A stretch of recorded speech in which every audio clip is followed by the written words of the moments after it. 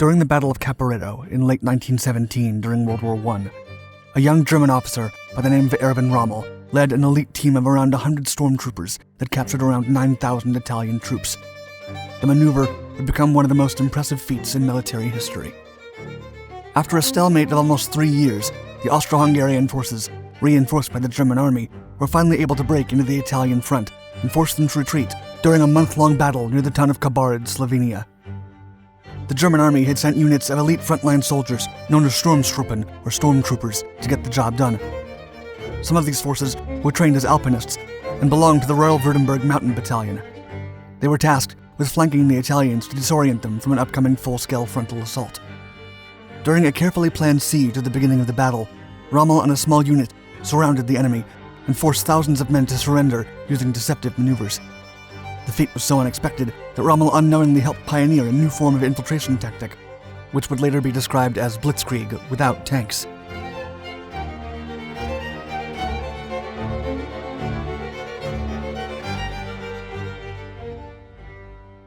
Trapped at the Isonzo. From 1915 to 1918, the Italian and Austro-Hungarian armies resorted to trench warfare to obtain minimal territorial gains at the border between both countries. As the war dragged on, the Austro-Hungarian forces were at the brink of collapse after 10 Italian offensives on the Isonzo sector. But Germany was not willing to risk losing the Alpine front. After Emperor Karl I of Austria wrote a personal letter to Kaiser Wilhelm II asking for help, the German emperor readily obliged. General Paul von Hindenburg immediately prepared the mobilization of troops from the Eastern Front to the Isonzo sector. Several German officers from the Imperial General Staff were also sent to command the forces and reconnoiter the ground. Among them was Lieutenant General Konrad Kraft von Dellmensingen, a mountain warfare expert. The German plan called for Kraft to guide German troops to the northeastern corner of the Venetian salient to flank the Italians. At the same time, the Austro-Hungarians were to attack through the east, near the shores of the Adriatic. To achieve this task that involved moving swiftly through the high-altitude landscape, the Germans required a new type of soldier. The Italians had the Bersaglieri, an elite unit of soldiers that charged into battle with wide-brimmed hats, decorated with large black capercaillie feathers, and moved with bicycles. On the other hand, the Germans put together the first effective shock troops of the 20th century, known as the Stormtrooper or Stormtroopers, which were prepared for every type of combat. This operation would also require the help of authentic Alpine troops, the Alpenkorps, led by rising star Erwin Rommel. German Alpenkorps. The Alpenkorps was a mountain division of almost 15,000 men. It was created in 1915, mainly to fight in extreme circumstances such as rough terrains or unpredictable weather conditions. Among the forces within the Alpine Corps was the Royal Württemberg Mountain Battalion, led by First Lieutenant Erwin Rommel.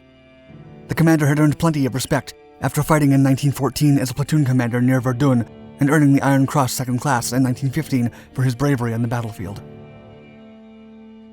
The recently created Royal Württemberg Mountain Battalion consisted of 3 companies of mountain infantry and a machine gun company that would later be increased to 6. They were all equipped with the German MG-08-15 machine gun, lighter than the standard MG used by the infantry. After suffering several casualties at the Battle of Verdun in 1916, the battalion was reconstituted.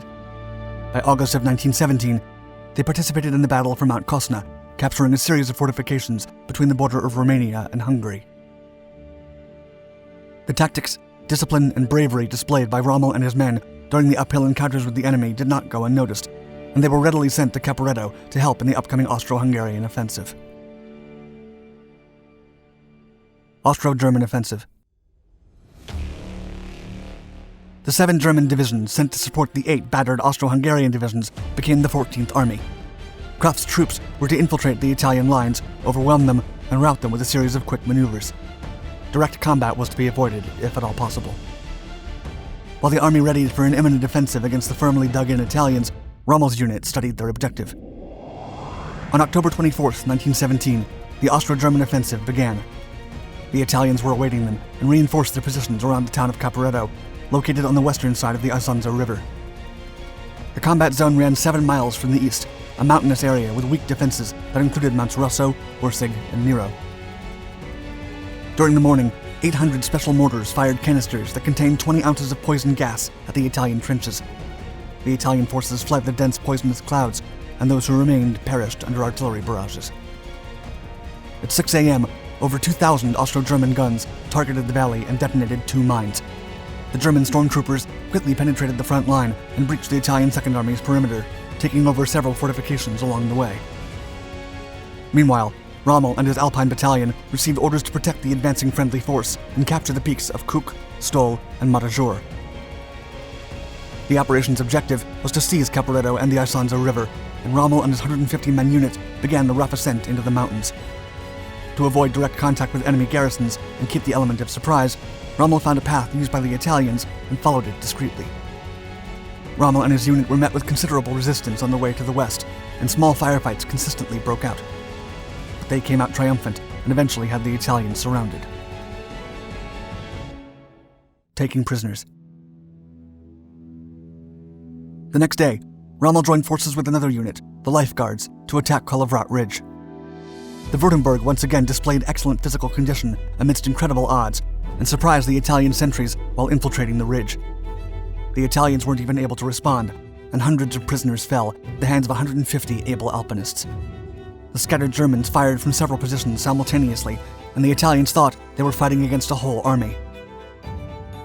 With the ridge captured and his men well fed with the supplies taken from the Italians, Rommel now turned his eyes to Mount Braganza. The German alpinists began climbing the mount at midnight. By the morning, small firefights broke out on top of Braganza, but the Italians were outflanked. Tired of fighting an interminable war, the Italians willingly marched toward the German line. About 2,000 men then surrendered to Rommel.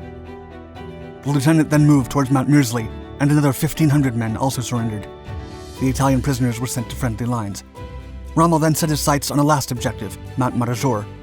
He gathered 100 men from the Württemberg battalion and took off. While 6 machine gun squads pinned down the Italians, Rommel took the riflemen through a hill to surprise the 2nd Salerno Regiment. When the hill was under German hands, Rommel quickly took the Italian officers into custody, before they had figured out the number of Germans to whom they had surrendered. Aftermath. In less than 3 days, Rommel and 150 alpinists had captured over 9,000 Italian prisoners, including 150 officers, at the cost of 6 German lives and over 35 wounded. His men also captured over 10 million ration sets, 6 million tons of meat, more than 2,000 tons of pasta and coffee, and almost 1 million pieces of military clothing. More importantly, Rommel captured over 2,000 artillery devices that Italy would never use again. The Italian front completely collapsed, and the German enemies retreated for more than 150 kilometers.